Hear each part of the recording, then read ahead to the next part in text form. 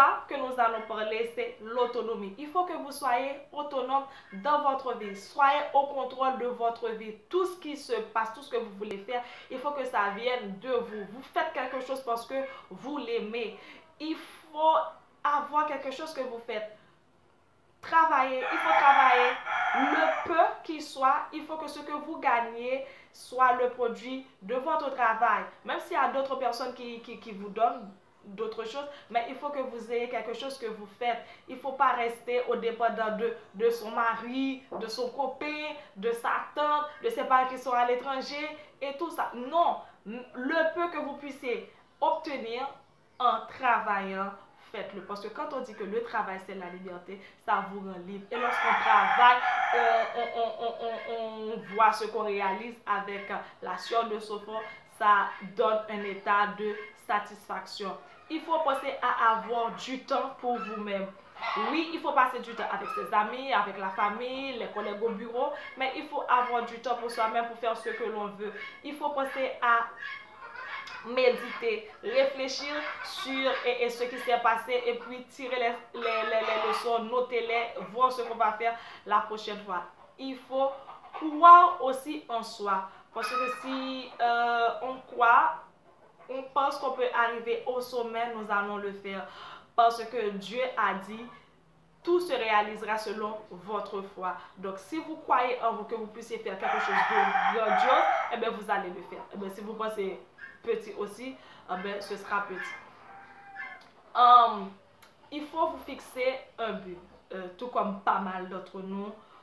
Tout comme moi-même, j'ai un carnet, j'ai écrit, j'ai fait le bilan de l'année 2020, j'ai coché ce que j'ai réussi à faire, je suis satisfaite, même si ce n'est pas à 100%, mais au moins j'ai vu ce que j'avais comme objectif et ce que j'ai atteint, j'ai vu ce que je n'avais pas, j'ai vu les limites, ce qui a été les problèmes, j'ai éliminé certaines choses aussi, donc j'ai ajouté d'autres choses pour l'année 2021 et je vais les évaluer trimestriellement. Donc vous aussi, vous allez voir selon ce que vous avez comme objectif, faire une évaluation. Parce que c'est avec l'évaluation que vous allez continuer. Sinon, vous allez abandonner au milieu de chemin.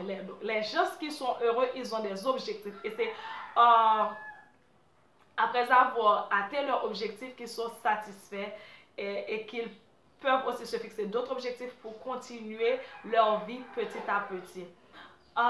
La quatrième chose que nous allons voir, c'est reconnaissez que votre bonheur dépend aussi des autres. Bien que je viens de vous dire que vous ne devriez pas être dépendant de quelqu'un, surtout économiquement, financièrement, mais on a besoin des autres pour vivre parce que Dieu a dit dès la création qu'il n'est pas bon que l'on soit seul. Donc c'est pour cela que Dieu avait donné à Adam une aide. Donc on a besoin aussi des autres à plusieurs points. On a besoin des autres pour communiquer. Des fois, on a un objectif où on veut réaliser quelque chose. C'est en communiquant aux autres qu'on voit les limites, du moins les biens, les erreurs, ce qu'on allait faire et qui n'allait pas être au profit de ce que nous voudrions atteindre comme objectif. Mais maintenant, il faut communiquer aussi pour avoir l'esprit ailleurs. On parle aux autres. Des fois, on partage des émotions, on partage des sentiments aux autres. Quand ils sont dans la joie, nous aussi. Quand ils sont dans la tristesse, on partage, on doit être près d'eux pour compatir à leur situation. Il faut aussi aider les autres. Quand on aide les autres, ça nous permet de voir ce qu'ils ont comme problème et à cause de notre action, eh bien, cette personne n'est plus dans ce problème. Eh bien, s'il arrive à ce que ça soit comme ça pour eux, eh bien, pour nous aussi, aujourd'hui nous sommes dans cette situation, c'est sûr, demain nous ne serons pas avec l'aide de quelqu'un d'autre. Et quand on aide les autres, on ne pense plus à nous, on pense à l'autre. Et quand on pense à l'autre, nous n'avions pas de temps pour ruminer des pensées négatives. Donc, ça favorise notre bien-être. En même temps, on doit communiquer, compatir, aider les autres. Nous ne devrions pas nous comparer à eux. Parce qu'il y a des gens qui possèdent pas mal de choses que nous n'avions pas ou juste qu'on souhaiterait avoir. qui sont à un niveau, comment je peux dire ça? Des fois, on voit quelqu'un à un niveau de l'échelle et on n'a même pas vu ce que cette personne a fait ou réalisé pour être à ce niveau, alors que nous-mêmes, nous avons travaillé assez dur et nous sommes toujours au plus bas de l'échelon. Mais non, il ne faut pas penser à nous comparer parce que là, nous allons avoir de l'envie et quand on a de l'envie, c'est une mauvaise chose. On va avoir des idées négatives et bien, nous allons avoir aussi un comportement négatif. On sera toujours de mauvaise humeur, on ne peut pas être accompagné des autres. Cette personne-là, des fois, nous allons sourire, c'est l'hypocrisie, etc., etc. On va souhaiter le malheur pour la personne. Donc, ce n'est pas du tout un bon état.